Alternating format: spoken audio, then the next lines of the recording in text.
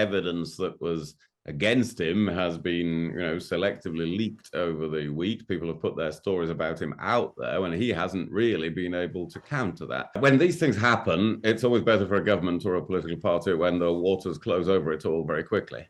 And so that would be the best thing now to happen, rather than have continuing rows about it. There's been an investigation. Dominic Raab done the honourable thing in the face of that, in the face of the findings. So I think it would be, on the whole, be best left at that. Diane Hayter, what do you make of it all? Well, I'm afraid I don't think he's been as honorary as William suggests. And I bet you something that no one who worked with William ever experienced any aggression from him when he was a minister, or indeed the leader. I find still the words, that he's still saying civil servants were trying to block him. I think I heard it right. They will use passive aggressive behavior. In other words, he really hasn't accepted that anything he did was wrong. And, we all have things to learn about how we manage people. I remember being criticized once for setting over high standards, and I was a bit bemused by this. We had formal feedback, and I was told because I was always the first to arrive. I was the boss. I was always the first to arrive and the last to leave in the office. So I thought that was setting the standard, but actually it intimidated people, and they felt I was being sort of unreasonable in my expectations. So I think we've all got things to learn. And I think some of the sad thing out of this, he's still blaming the civil servants, and he's still not accepting that actually his behaviour wasn't good. Is he in denial, William? Well, he has resigned, but let's just be clear that, Diane's saying that he hasn't really accepted anything wrong. Well, he has actually, because he has resigned. He said sorry, not sorry, basically, though, hasn't he? Well, then he's mitigated. He's explaining himself. I'm sure the way he regards it is he is explaining himself. And there are plenty of people who have resigned who have done that in all sorts of ways.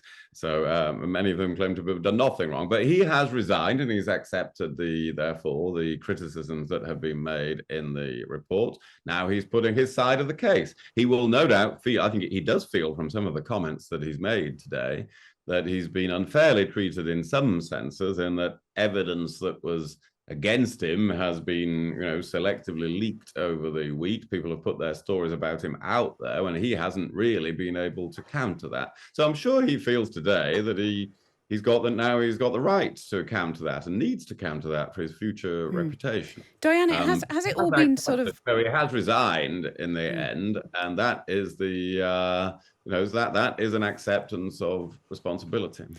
Diane, has it all been slightly sort of flammed up by the union, do you think, and in quite a political way? No, I don't think so. I think that one of my regrets is that it's taken so long. It took a long time, I think 5 months for this report. And, that wouldn't have been fair to him, and it wouldn't have been fair to the complainants. And I think over that period, actually, the union that represents civil servants behaved very well. They stayed quiet during those 5 months. Yeah. But clearly, if he's going to continue to accuse civil servants of this passive-aggressive behaviour, of attempting to block what he was doing, I think that will be very difficult for the remainder of the civil servants to move forward. So I hope that that he does now, if you like, go off on holiday for a bit. Well, should he... William, should he be suspended from Parliament and therefore face a by-election, perhaps? No. I think he's really, he's resigned from the cabinet, and what was otherwise, in many respects, as I said, he was a capable minister and had much credit to his name, really. So he's paid the price of this. He has resigned from the cabinet. I think that's a different matter from being an MP. And if every MP who was ever criticised in a report had to resign from Parliament, well, it'd be a pretty empty place, really. So no, I think that is an entirely separate matter and up to his constituents in the future. Well, Diane, picking up on that point, 3 senior ministers have gone in quite a short time. Rishi Sunak stood on the steps of Number 10 not so long ago and talked about how he was going to run a government of integrity. How do you reckon that's going? Well, clearly not very well. And, what William has said quite rightly is that Dominic Raab has resigned. My guess is it was minutes before he was about to be sacked. I don't know, but that's the feeling of it, because he was so resistant. And, getting his answer into the Telegraph today before the report was out, I think is very bad form. So I think that the Prime Minister should have moved more quickly yesterday. Now that I've read the report, it was fairly obvious, actually, that he would have to go. And I'm slightly surprised that the Prime Minister didn't move yesterday. Right. As you say, he's lost other ministers. Can Will, I say one final thing? yeah. The way you get good ministers and you get good outcome is to actually treat people well. That's the way you get the best from whoever you work with, whether it's fellow MPs, fellow members of the cabinet, or civil servants who work for you. Mm. And So, what I hope is that this Prime Minister will actually try and bring in the idea that if he wants to achieve something, he needs to get all his team, respecting each other and working together.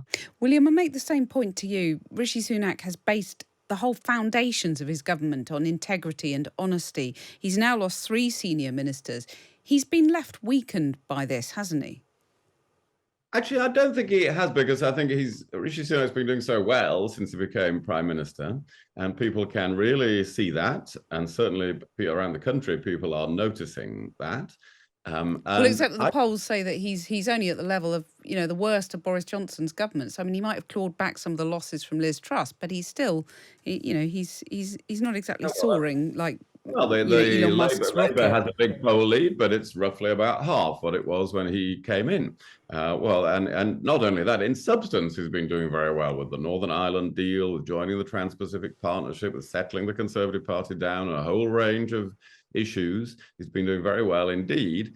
And yes, of course, it would be better not to lose any ministers ever.